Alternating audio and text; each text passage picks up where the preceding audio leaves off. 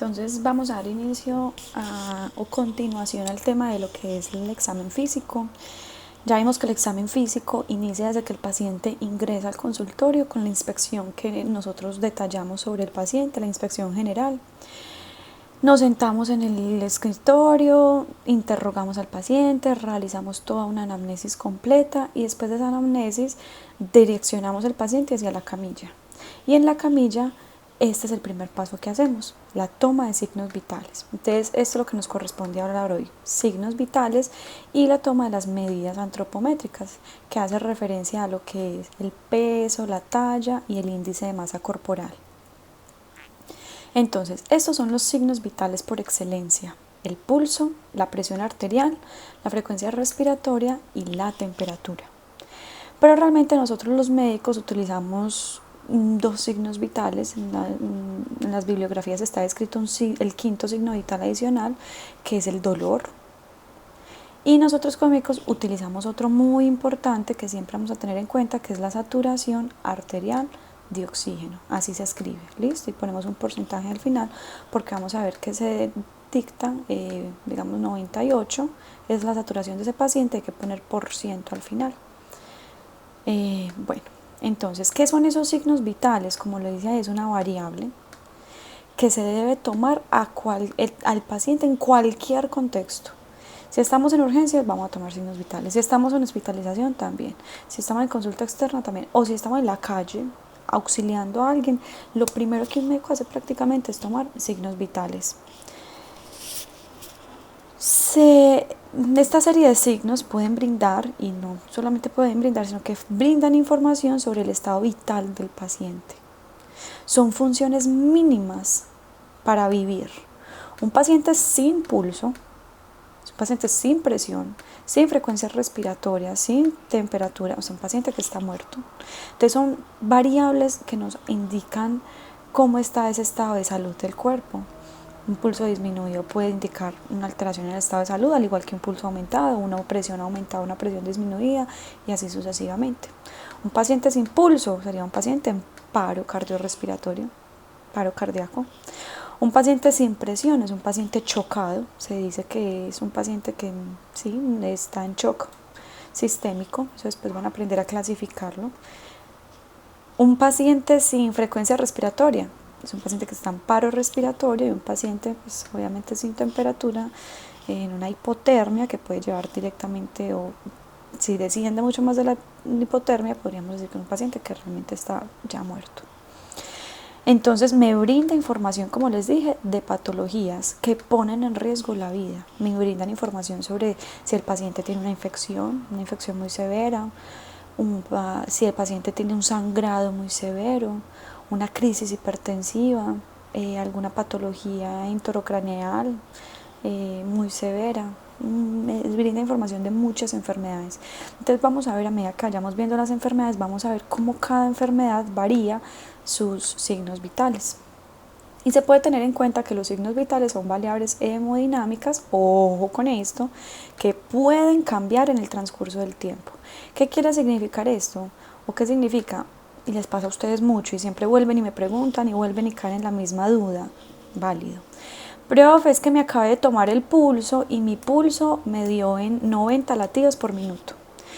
Me paré, fui al baño y volví, me senté, o sea, no pasó ni un minuto. Y resulta que me tomo el pulso y ya no está en 90, sino que está en 100. Profe, me está dando una taquicardia, ¿qué es lo que me está dando ahí?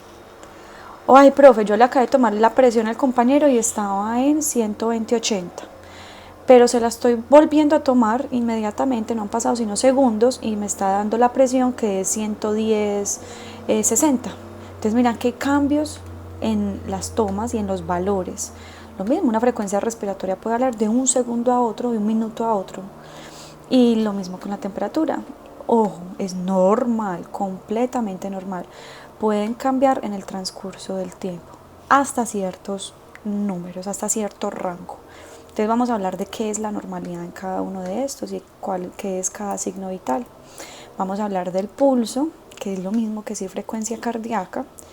Ya después vamos a entender por qué. Vamos a hablar de la presión, de la frecuencia respiratoria, de la temperatura, como les dije, un quinto signo vital que nosotros los médicos siempre tenemos en consideración, la saturación arterial de oxígeno y el dolor. Bueno, entonces, ¿qué es el pulso?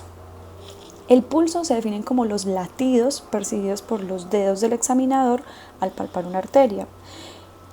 Esos latidos que percibimos palpando esa arteria son generados por la sístole ventricular, o sea, son generados por el corazón.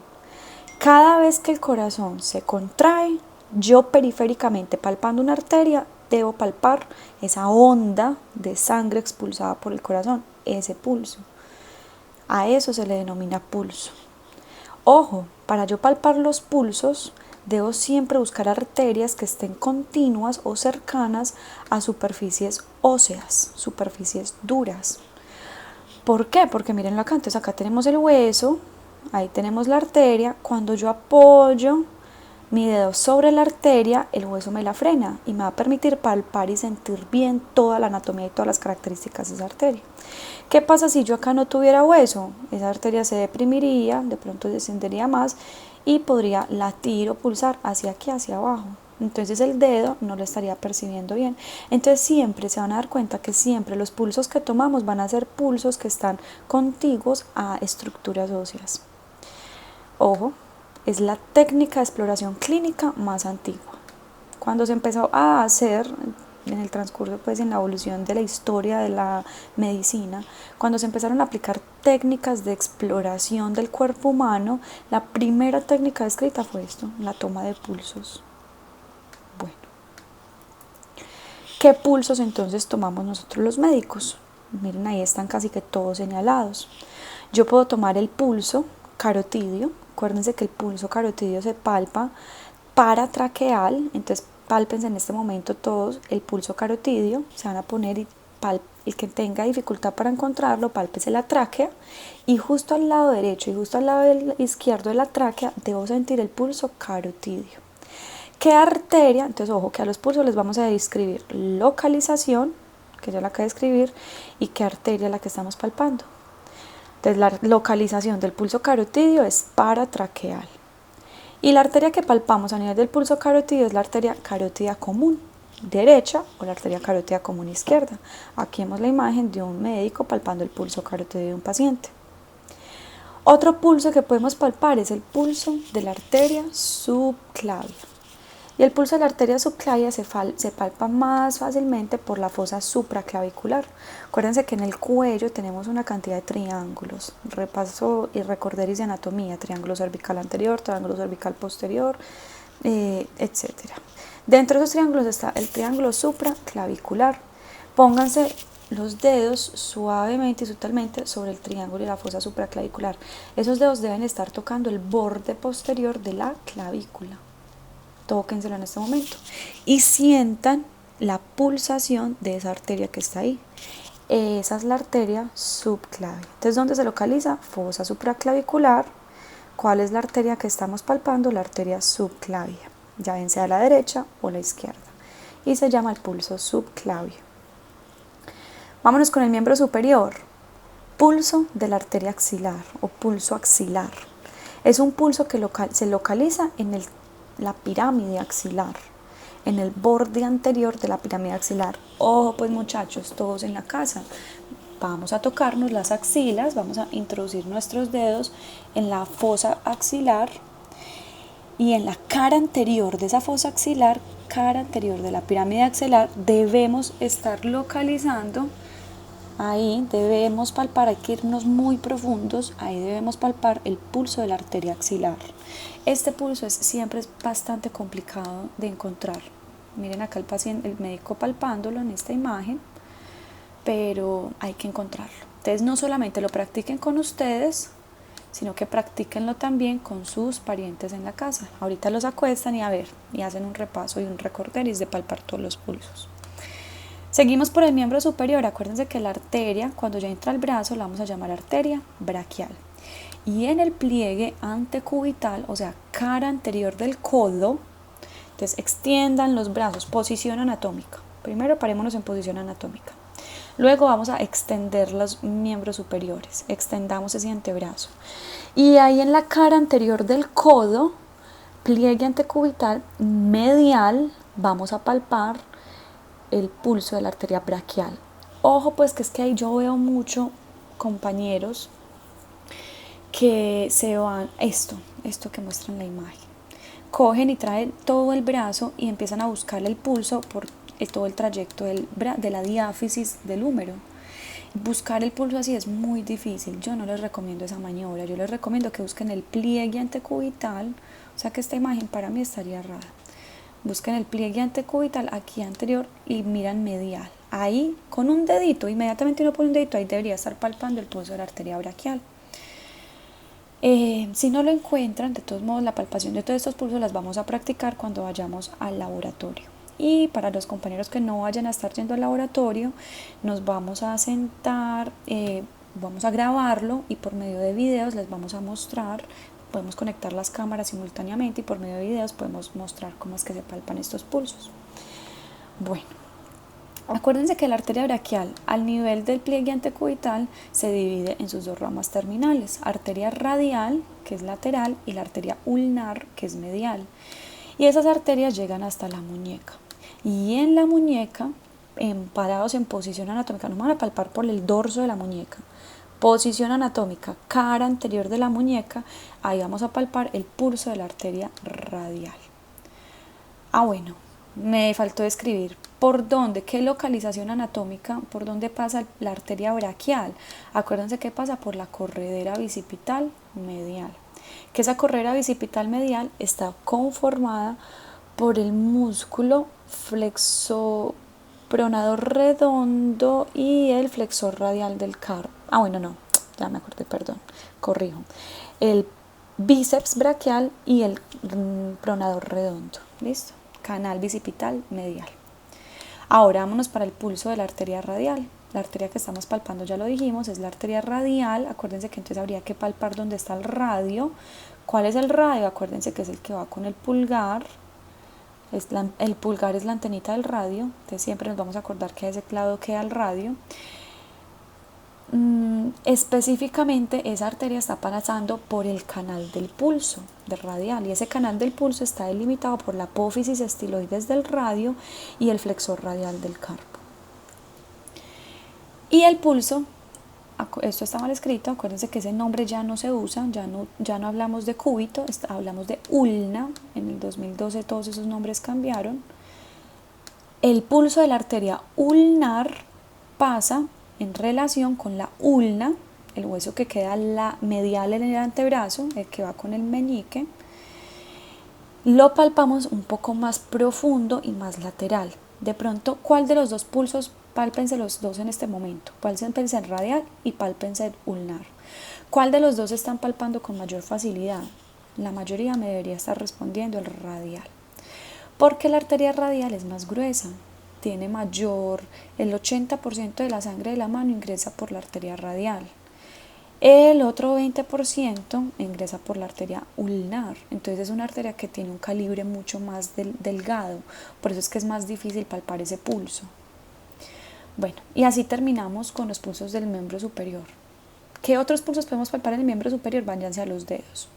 Y en los dedos, mírense las punto de unión de las articulaciones interfalángicas. ¿Listo? Lateral, tóquense la cara lateral de cada uno de los dedos, cojamos el dedo medio, por ejemplo. Vayan a la articulación interfalángica proximal. Lateral a la articulación interfalángica proximal, pongan el dedo suavemente y ahí deben encontrar el pulso digital. Entonces aquí en los dedos también tenemos unos pulsos que denominamos los pulsos digitales. Y creo que ya, esos son todos los pulsos que vemos. Sigamos con el trayecto de la aorta. La aorta desciende, acuérdense que forma la aorta torácica, atraviesa el hiato aórtico en el diafragma, ingresa a ser aorta abdominal. La aorta abdominal, el pulso de la aorta abdominal se pueden palpar, el pulso aórtico. Entonces miren en esta imagen cómo el examinador posiciona ambas manos sobre el abdomen del paciente y profundiza y se siente o se palpa el pulso de la arteria aorta abdominal. Hay pacientes tan delgados que incluso sin necesidad de palparlo se acuestan en la cama, se miran el abdomen y ya ven el abdomen pulsando, y eso es normal. Ojo, porque cuando lleguemos a abdomen vamos a ver que esto es prohibido. Yo no puedo palpar un abdomen hasta que no lo ausculte primero, hasta que no lo escuche primero. Entonces, ojo que esto acá es prohibido, a no ser de que ya haya auscultado. Y en abdomen vamos a ver por qué esto es prohibido. Bueno, siguiente pulso. Acuérdense que la aorta abdominal se divide en dos ramas, la ilíaca común derecha y la ilíaca común izquierda. Y que ambas ilíacas se vuelven y se subdividen en dos ramas, ilíaca externa, ilíaca interna. La ilíaca interna se dirige hacia todos los órganos pélvicos, mientras que la ilíaca externa es la que se dirige, pasa por el ligamento inguinal y una vez atraviesa el ligamento inguinal se llama arteria femoral. ¿Listo? Y a ese nivel, a nivel de la ingle, podemos palpar el pulso de la arteria femoral. ¿Por dónde pasa esa arteria? Por el triángulo de Scarpa o triángulo femoral. No sé si lo recuerdan bien, pues como de anatomía. Y ya sabemos que la arteria que lo produce es la arteria femoral. Entonces también palpen muy bien estos pulsos, que los pulsos femorales son muy importantes buscarlos y saberlos palpar. Seguimos descendiendo. Desciende toda esa arteria femoral, da toda su cantidad de ramas que vimos. Cuando llega a la rodilla, esa arteria femoral cuando llega más o menos en el tercio inferior del muslo, la arteria femoral atraviesa un agujero que es el hiato de los aductores, el hiato del aductor magno, y se posiciona posterior en la cara posterior de la rodilla. Y a ese nivel se va a adquirir el nombre de arteria poplitea. La arteria poplitea, entonces para palparla, miren esta posición que toma el médico con su paciente. El médico semiflexiona la rodilla del paciente y posiciona sus dedos por la cara posterior de la rodilla. Acuérdense que ahí se forma un rombo, el rombo popliteo. ¿Por qué parte del rombo popliteo pasa la arteria? Por el borde medial. Entonces este es medial. Entonces cuando ustedes pongan las manos acá atrás y busquen el pulso de la arteria poplitea, váyanse hacia medial de su paciente, porque si se quedan palpando todo ese rombo, nunca van a encontrar ese pulso de la arteria poplitea. Y buscarlo también es muy importante. Bueno, seguimos descendiendo y la arteria poplitea se divide en arteria tibial anterior y arteria tibial posterior. La arteria tibial posterior, acuérdense que pasa ojo pues con esto, estrellita acá, retromaleolar medial. Miren acá el pulgar, o sea que acá está el maléolo medial. Detrás del maléolo medial pasa la arteria poplitea. No quiero, muchachos, y les ha pasado mucho, no quiero verlos buscando pulsos pulsos de la arteria tibial posterior retromaleolar lateral. Y eso es típico que ustedes me hagan. Entonces, ojo, yo les puedo preguntar, ¿dónde se palpan los pulsos en el pie? Ah, profe, detrás de los maléolos. ¿Cuál maléolo? Detrás del maléolo medial. ¿Y qué arteria es la que están palpando? La arteria tibial posterior. Ya luego esa arteria tibial posterior se divide en arteria plantar medial y arteria plantar lateral y llega a los dedos y se forman las arterias digitales, que creo que si nos palpamos también los dedos suavemente, las articulaciones laterales a las intercalaciones interfalángicas de los dedos, de pronto podremos percibir el pulso de las arterias digitales, pero ya de los dedos. Eso es un poquito más difícil de encontrar. Bueno, ¿qué pasa con la arteria tibial anterior? La arteria tibial anterior pasa por la cara anterior de la pierna, ingresa al pie y aquí forma una arteria muy importante que es la arteria pedia. De la arteria pedia la encontramos en el dorso anterior del pie. Acuérdense que esa arteria pasa por el canal de la arteria pedia, que está dado por el extensor largo del pulgar y el músculo pedio. Entre esos dos músculos pasa la arteria pedia. Incluso para los que han tenido clases conmigo de anatomía, ya les he dado tips de cómo buscar ese pulso, porque también buscar esa arteria es muy complicado.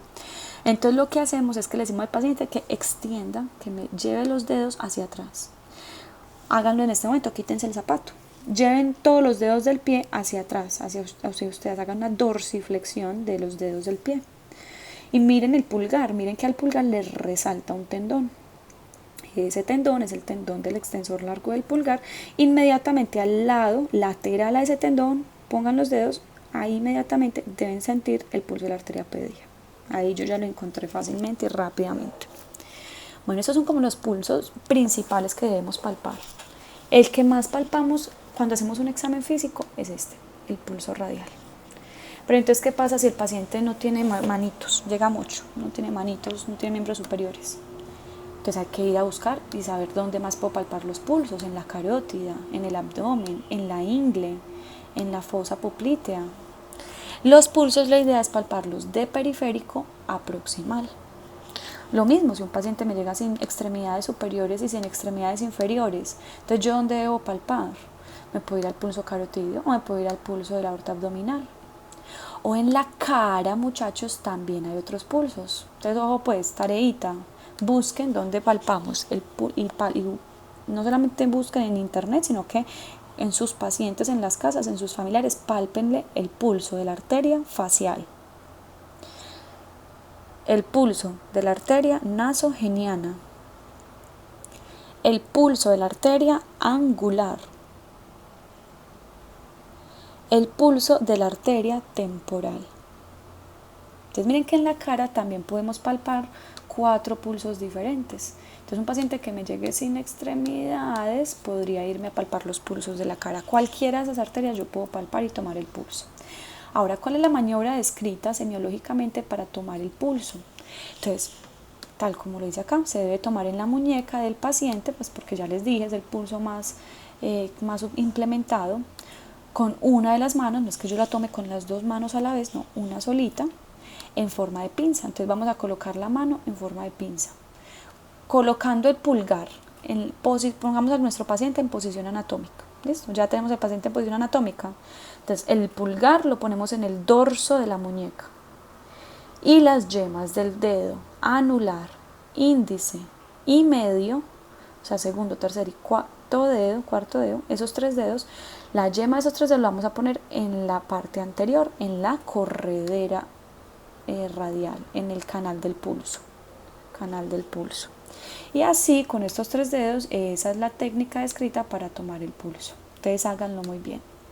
Pero ¿qué pasa con el pulso? Al pulso no solamente le tomamos el pulso y contamos cuántas pulsaciones, no. Al pulso hay que describirle varias características. ¿Listo? Una de estas es la anatomía de las arterias, la frecuencia, el ritmo, la amplitud y la tensión. Vamos a tratar de comprimirla, a ver qué tensión nos ofrece o qué tensión se opone a la compresión. Entonces, todas estas características hay que describírselas al pulso. Hablemos de cada una de ellas. La anatomía. Pálpense la arteria radial, tóquensela en este momento, pálpense el pulso suyo, toquen esa arteria con un dedito, sigan el trayecto de ese pulso, ustedes como que comprímanla, ¿cómo la sienten? Entonces esa arteria debe ser lisa, blanda, y el recorrido debe ser rectilíneo. Eso es lo ideal. Los bordes de la arteria no se deben percibir. Vuelvan y pálpensela, traten de definir cuáles son los bordes. Es casi imposible no decir cuál es el borde de la arteria. No, ya está muy profunda. Si los bordes son identificados, a veces puede pasar, uno puede palpar la arteria como si fuera una cuerda muy gruesa. Y siempre que palpemos una arteria como cordonal, con una cuerda gruesa, pensemos en que ese paciente puede tener arteriosclerosis, que ustedes ya saben que la arteriosclerosis es el depósito de lípidos en la íntima de las arterias y se van disminuyendo la luz y el calibre de esa arteria y esos lípidos después se van calcificando, se van volviendo rígidos y pétreos y pueden producir esa palpación como rígida en forma de cuerda. La pared, si ustedes palpen la pared, miren que es lisa, como lo dijimos aquí arriba, es completamente lisa, pero si ustedes palpan una pared rugosa y que esas rugosidades como que se distribuyen en parches de rugoso, liso, rugoso, liso, eso es como en anillos, una distribución como en forma de anillos, a eso lo describimos que tiene un paciente con arteria palpada en tráquea de pollo, y así se pone en la historia clínica. Al palpar el pulso del paciente percibo una arteria en tráquea de pollo. ¿Qué significa eso? También la producción de ateromas y calcificaciones. Este es un ateroma y ya calcificado, cuando se calcifica, se vuelve pétreo, puede palparse un ateroma ahí, después un ateroma acá, después un ateroma por acá, y por eso es que se van palpando como esas rugosidades dispersas. Entonces, primero que hay que describir la anatomía de la arteria, creo que queda clara cómo debe ser la anatomía de esa arteria. Vamos con el segundo ítem. ¿Qué más le describimos a las arterias o al pulso, perdón? La frecuencia. ¿Qué es la frecuencia? Frecuencia cardíaca, frecuencia de pulso. ¿Qué es eso? Es el número de pulsaciones en una unidad de tiempo. Generalmente nosotros utilizamos un minuto. Entonces, ¿cuántas veces pulso esa arteria en un minuto? Entonces, ojo, para tomar el pulso necesitan un reloj. Entonces ustedes se paran y me están tomando los signos vitales, ponen las manos en la muñeca del paciente y son mirando el techo, contando, y yo no los veo mirando un reloj. Ahí yo ya les estoy poniendo el punto malo. ¿Por qué? Porque yo sé que ustedes tienen que tener un reloj para saber cuándo fue un minuto. Ustedes no pueden contar las pulsaciones y en la misma cabeza contar segundos. Eso es imposible. Entonces, ojo muchachos, siempre que yo los vea tomando pulso, esto con la mano en el paciente y ustedes mirando el reloj para poder cuantificar cuánto pasó un minuto. Entonces, hagamos el ensayo en este momento. Prendan el celular, pongan un cronómetro, tómense su propio pulso. A ver, yo prendo el mío en este momento. O llamen a alguien en la casa, ahí está mi cronómetro, pongan las manos encima de la arteria, inicien el cronómetro. Entonces yo voy contando las pulsaciones. 1, 2, 3, 4, 5, 6, 7, 8, 9, 10, 11, 12. Listo. Voy a esperar el minuto.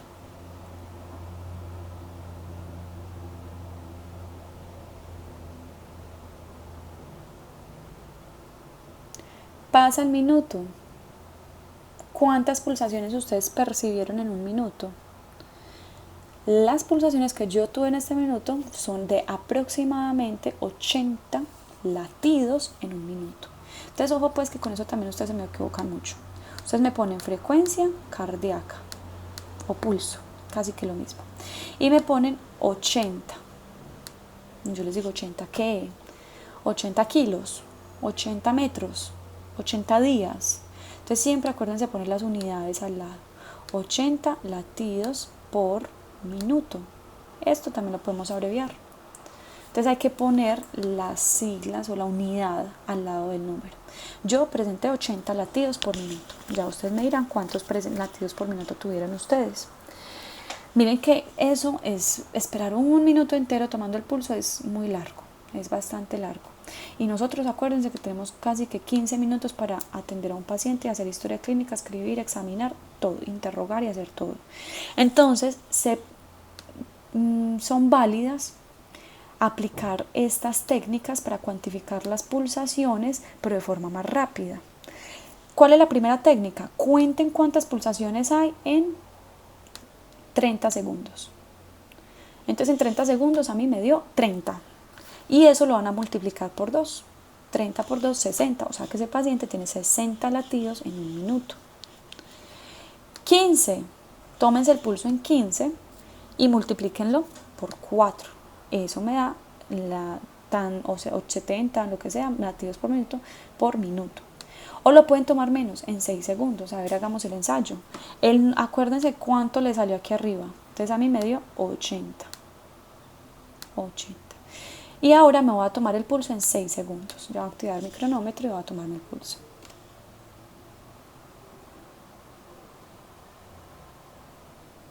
8. Listo, en 6 segundos tuve 8 pulsaciones. 8 por 10, ¿cuánto me da? 80. Entonces miren que los valores se pueden acercar casi que a los valores de tomar el pulso en un minuto completo. O sea que todos estos trucos para cortar tiempo, economizar tiempo, son completamente válidos. ¿Y cuál es la pulsación normal? ¿Qué es lo normal? Entonces a mí me dio 80. ¿Será que la profe está bien o la profe está bradicárdica o taquicárdica o está normal? Entonces varía. Las frecuencias cardíacas normales varían según la edad del paciente. Se dice aquí un lactante, que es un paciente que se extiende desde el mes de vida hasta los 2 años de vida. La frecuencia cardíaca normal va de 120 a 160 latidos por minuto. Los niños que ya caminan, bueno, que ya se pararon, no están gateando, sino que están andando para arriba y para abajo, son niños que pueden tener pulsos entre 90 y 140 por minuto.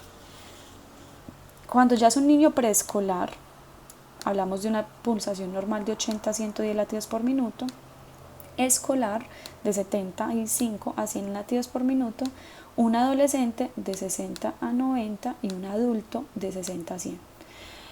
Ustedes todavía no han visto pediatría, yo creo que en pediatría van a volver a repasar todos estos valores. Para mí lo más importante este semestre es que al menos nos sepamos cuánto es lo normal en un adulto. En un adulto es normal tener entre 100 latidos por minuto, 60 latidos por minuto a 100 latidos por minuto. ¿Listo? Pero como les dije, esos latidos por minuto pueden variar. Como hablamos aquí al principio, hay muchas variaciones que pueden alterar la porque entonces, profe, porque hay algunos que tienen 60 latidos por minuto y yo porque tengo 70, o porque mi compañero tiene 100 y yo porque tengo 60. Entonces, el pulso varía según el género. Generalmente los hombres mantienen pulsaciones un poco más bajas que las mujeres. ¿Listo? También puede variar según la mera posición en la que nos encontremos. Si estamos sentados, la frecuencia cardíaca va a ser más baja. Inmediatamente nos paramos, digamos que ella tiene 60 latidos por minuto, pero inmediatamente ella misma se acabó de parar, en cuestión de segundos pasó ese latido por minuto de 60 a 80. ¿Por qué? Porque toda la sangre se está yendo hacia los pies y entonces el corazón por aquí arriba en la casa se está quedando sin sangre, entonces el corazón empieza a latir más fuerte, más rápido por ese mero cambio de posición, y miren que eso pasa en cuestión de segundos. Entonces los cambios en posiciones pueden variar la frecuencia cardíaca. Obviamente el ejercicio, todos vamos a correr y darle 10 vueltas a la manzana, vamos a llegar con ese corazón muy acelerado. El dormir, un paciente dormido disminuye la frecuencia cardíaca a lo mínimo. Las frecuencias cardíacas durante el sueño pueden llegar hasta 40 latidos por minuto. ¿Y cuánto fue que les dije que era lo normal? De 60 a 100. O sea que dormido, incluso miren que nos sobrepasamos ese límite inferior y es normal. ¿Por qué? Porque estamos dormidos. Los cambios en el estado de ánimo. Entonces, cuando estamos bravos, cuando estamos sorprendidos, cuando estamos alegres, angustiados, tristes, cualquier cambio en el estado de ánimo puede producir cambios en la frecuencia cardíaca. Entonces, miren, y vuelvo y les repito que es normal que me tome el pulso en este momento y que en 10 minutos no lo tome y esté completamente diferente. Probablemente fue porque me paré, fui a la cocina y volví, cambió mi pulso. Bueno, ¿qué es lo anormal? Y centrémonos en lo anormal. Más de 100 latidos por minuto ya sabemos que está alterado. Cuando la frecuencia cardíaca aumenta a 100 latidos por minuto, hablamos de que ese paciente está taquicárdico. Cuando el paciente tiene menos de 60 latidos por minuto, hablamos de que ese paciente está bradicárdico. ¿Qué me puede aumentar la frecuencia cardíaca? ¿Qué me puede llevar a una taquicardia? Arritmias. Pero generalmente esas arritmias incluyen valores de más de 160 latidos por minuto. Pero bueno, pensemos en arritmias cardíacas. La mayoría son por alteraciones o causas sinusales. O sea, el corazón se aceleró. ¿Por qué? Porque de pronto el paciente está anémico. Entonces, si es un paciente anémico, no tiene la gran cantidad de glóbulos rojos transportando oxígeno por todo su sistema. Entonces ese paciente probablemente va a tener que, el corazón va a tener que trabajar al doble para que esos pocos glóbulos rojos alcancen a llegar y alcancen a transportar el oxígeno. A eso lo llamamos una taquicardia sinusal. No es una enfermedad del corazón, no es una enfermedad del corazón. Cuando es directamente una enfermedad del corazón lo llamamos arritmia. Cuando no lo es un ritmo sinusal, o sea, del nodo sinusal. Normal, el nodo está acelerado por alguna otra patología. Cuando tenemos dolor, imagínense ustedes corriendo y se lastiman y se fracturan un hueso, eso duele mucho, inmediatamente el dolor despierta un ritmo sinusal acelerado. La retención urinaria, y ojo con esto, tip para la vida, vea estrellita acá, esos tips que yo les doy para la vida. Llega al servicio de urgencias un paciente politraumatizado, inconsciente. Señor, el señor no responde, el señor no tiene apertura ocular, el señor tiene un Glasgow de 4/15. O sea que el señor está mal. Usted le den todos los signos vitales y tiene la presión buena, tiene la temperatura buena, satura normal, tiene una frecuencia respiratoria adecuada, pero cuando van y le toman el pulso, tiene un pulso de 130 latidos por minuto. Ustedes le controlan el dolor, se fijan que no tiene sangrados, le hicieron una resonancia y una tomografía y vieron que no tiene un trastorno, una hemorragia intracraneal. O sea, el señor está perfecto. ¿Por qué el paciente puede tener esa frecuencia cardíaca tan acelerada? Entonces siempre piensen en que esos pacientes que llegan inconscientes al servicio de urgencias hay que pasarles sonda vesical.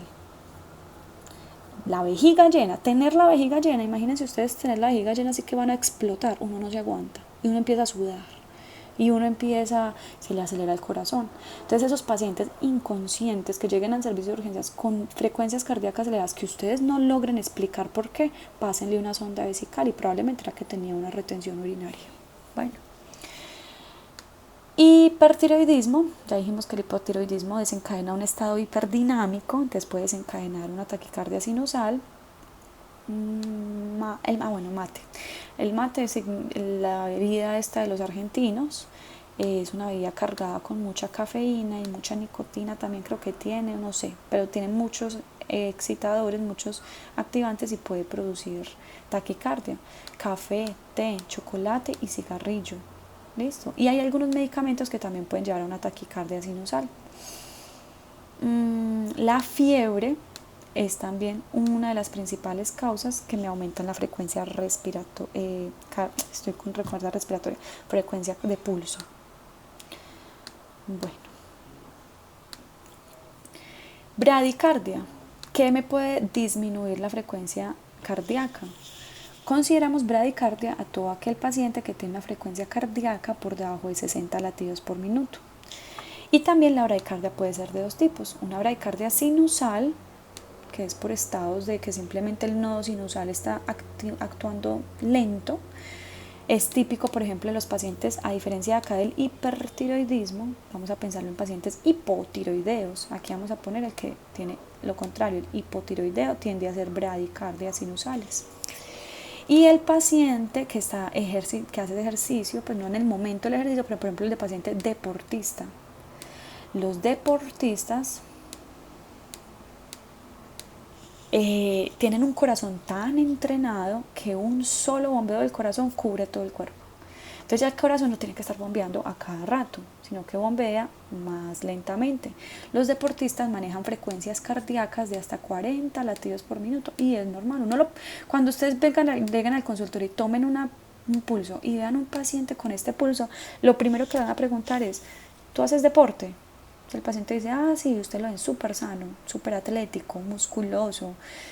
Y él dice, sí, yo hago mucho deporte, todos los días troto 10 kilómetros. Uno dice, ese paciente es un deportista, no me voy a asustar, esa es una bradicardia sinusal. Y otra causa de bradicardia sinusal, si por ahí se acuerdan que la acabamos de mencionar, el paciente que está dormido. Acuérdense que todos cuando estamos dormidos entramos en una fase de bradicardia sinusal y eso es completamente normal. ¿Cuándo es anormal esas bradicardias? Cuando empezamos a hablar de los bloqueos. Acuérdense del sistema de conducción del corazón.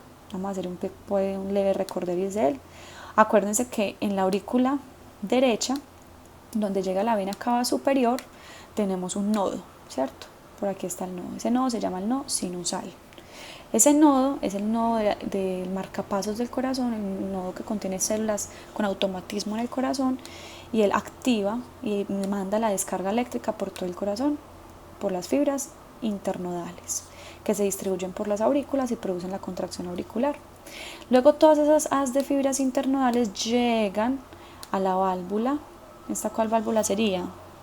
Tricúspide, ¿cierto? Llegan al ladito de la válvula tricúspide a un segundo nodo, que es el nodo AB, aurículo ventricular, nodo AB.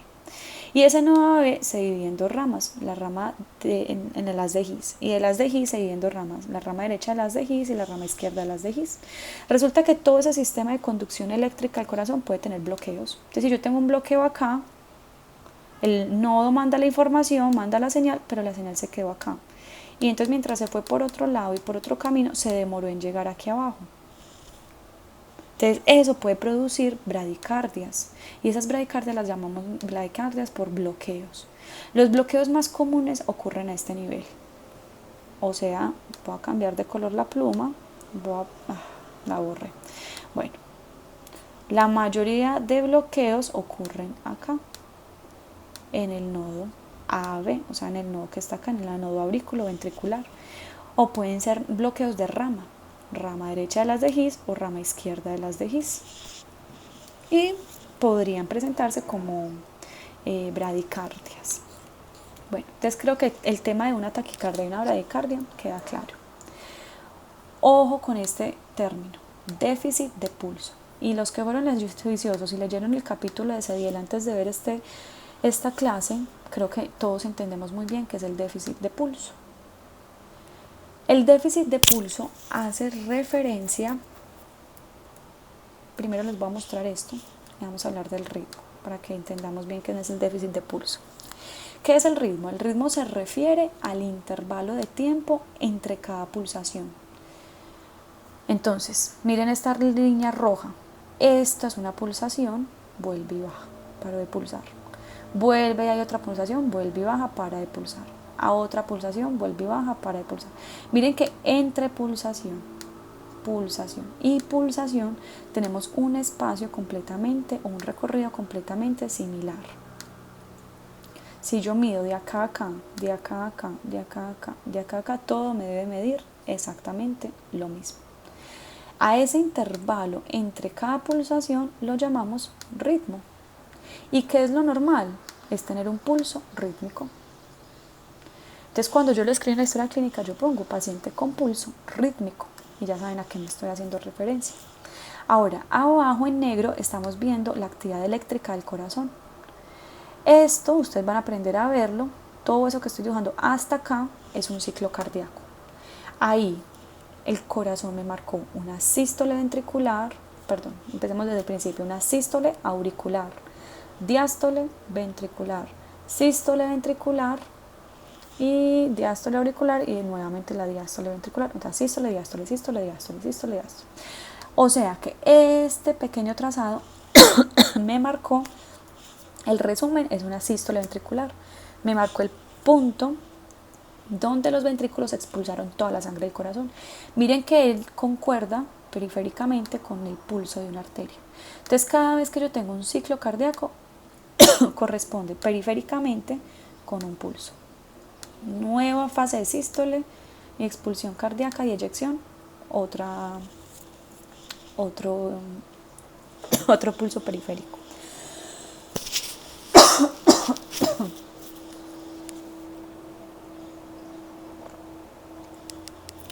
Bueno, perdón. ¿Qué pasa en el déficit de pulso? ¿O qué es el déficit de pulso? El déficit de pulso me habla principalmente de una enfermedad que se llama la fibrilación auricular. La fibrilación auricular es cuando esas aurículas empiezan a contraerse tan rápido que a los ventrículos les llega demasiada información y demasiadas señales eléctricas y los ventrículos entonces también empiezan a contraerse demasiado rápido.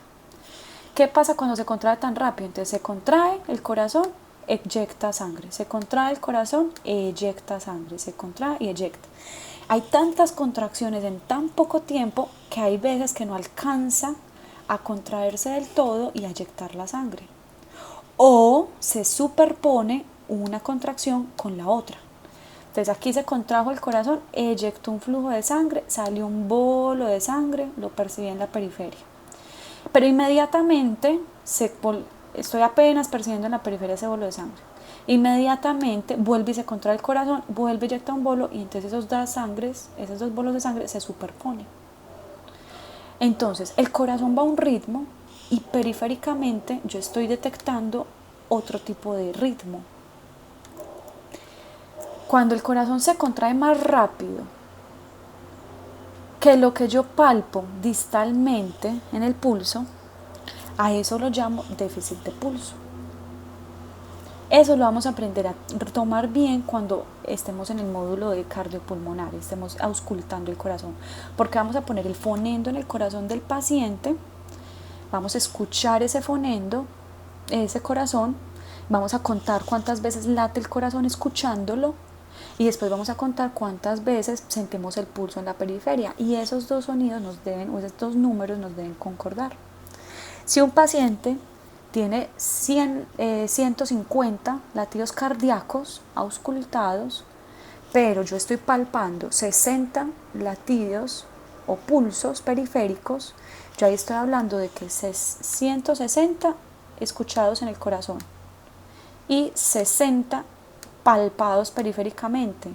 Yo ahí estoy hablando de que el corazón está yendo más rápido de lo normal y a eso lo llamo déficit de pulso. Creo que queda claro ese concepto. Si no, me dicen y cuando nos reunamos o estemos en el laboratorio lo practicamos de una vez para que entiendan bien ese concepto. Resulta que el pulso y el corazón también puede tener otros latidos adicionales, no tan acelerados como en la fibrilación auricular, pero esos latidos adicionales pueden producir ondas de pulso periféricas continuas, una grande y después una pequeña, una grande y una pequeña. Esa percepción la denominamos bigeminismo y es debida a extrasístoles ventriculares. O sea, ya sabemos que es una sístole, el corazón presentó una extrasístole, una adicional. No es que esto sea fibrilación auricular, acuérdense, fibrilación auricular es una cosa muy caótica. Con fibrilación auricular desencadena esto. Otra cosa es el bigeminismo. Hay trigeminismos. ¿Cómo sería un trigeminismo? Otra tercera onda por acá. Hay cuadrigeminismos. Bueno, no sé bien cómo se dirá, pero pueden haber 3 ondas continuas, 4 ondas continuas y eso todo se puede palpar. Pálpense sus pulsos en este momento y sientan cuántas ondas llegan. Yo siento que llega de a una onda. Sientan ustedes a ver si de pronto sienten que llegan más ondas de lo normal. Bueno, y lo último que describimos, listo, voy a ir rápido con esto. Lo último que describimos es la amplitud. La amplitud hace referencia a la magnitud o la fuerza que se percibe en los dedos. Es esto, cuánto sube la onda de pulso. Entonces la amplitud debe ser normal, tóquensela y pálpense en este momento, acostúmbrense. Yo espero que todos tengan una amplitud normal. Y no solo esto, la amplitud hay que compararla. Entonces tóquense el pulso de un brazo y tóquense el pulso del otro brazo. Ambos pulsos radiales a la vez y sientan la amplitud de ambos pulsos radiales. ¿Cómo nos vamos a dar cuenta si esa amplitud está muy aumentada o muy disminuida? Comparando con el lado contrario, con la extremidad contraria. Entonces a un paciente, siempre que yo los vea muchachos tomando pulso, quiero verlos tomando el pulso de los dos miembros superiores a la vez, simétricamente. Cojan un brazo con la mano derecha, cojan el otro brazo con la mano izquierda y a la misma vez para poder comparar esa amplitud. ¿Qué pasa? Si yo en un lado del cuerpo encuentro una amplitud muy aumentada, puedo sospechar unas enfermedades, o si yo al otro lado del cuerpo encuentro una amplitud muy disminuida, puedo sospechar otras enfermedades. Entonces, por ejemplo, la enfermedad, esto es lo que les digo, miren esa imagen tan bonita. Ahí está el médico tomando el pulso, así es que nosotros debemos tomar el pulso en las dos manos a la misma vez. Entonces así los quiero ver tomándole el pulso a sus pacientes en los parciales. Si un pulso está disminuido, me puede indicar una alteraciones obstructivas, una arteriosclerosis, ya sabemos que es la arteriosclerosis, una disección aórtica, un aneurisma o una enfermedad de Takayasu o una coartación de aorta. Entonces, como tareita, van a mirar qué es cada una de esas enfermedades, pues lo grande. No quiero que me den un tratado completo de la enfermedad, pero al menos sepan de qué se tratan esas enfermedades. Y yo creo que acá se las tengo. A ver que esta diapositiva quedó como sobremontada. Bueno, pongamos, arreglémosla de una vez. Y esta de acá. Creo que, bueno, me falta esta. Vamos a ver si así me queda. Entonces miren, arteriosclerosis, creo que la vemos clara en esta imagen de aquí abajo. Eso, ya sabemos que es el depósito de lípidos en la íntima de las arterias. Disección aórtica. Acuérdense que toda la sangre debe recorrer por el interior del vaso. Pero el vaso tiene capas, ustedes ya lo vieron en histología, que la íntima o que el endotelio, la íntima, bueno, todas esas capas que ustedes vieron en histología, saben ustedes más de eso que yo. Si la sangre rasga y se introduce entre esas capas y se empieza a meter entre esas capas, a eso lo llamamos disección. Entonces, lo que ocurre ahí, mirando las flechas. De todos modos, acuérdense esto queda como una consulta para ustedes. La enfermedad de Takayasu es una vasculitis. Itis, ¿a qué le suena itis? Inflamación, o sea que es una inflamación de los vasos sanguíneos de mediano y grande calibre. Entonces la enfermedad de Takayasu, si se inflama, obviamente no va a permitir el flujo de la sangre y no va a llegar la onda de pulso hacia una extremidad con la misma amplitud que llega en la otra. Esta va a estar con amplitud disminuida porque obviamente miren que la enfermedad de Takayasu produce una obstrucción en las arterias. Y esta imagen de acá muestra una coartación. Miren que una coartación, miren cómo se ve esa imagen, este es la callado aórtico, todos la diferenciamos muy bien. Y miren acá cómo se estrecha la luz y vuelve y se ensancha la luz y continúa la arteria, la aorta. Esta es una coartación. Entonces ahí les dejo como unas imágenes para que tengan en tips. Aquí en este imagen quiero mostrar un aneurisma. De todos modos, ya saben que les queda pues como de consultica y eso lo discutimos, qué son esas enfermedades después. Bueno, voy a dejar hasta acá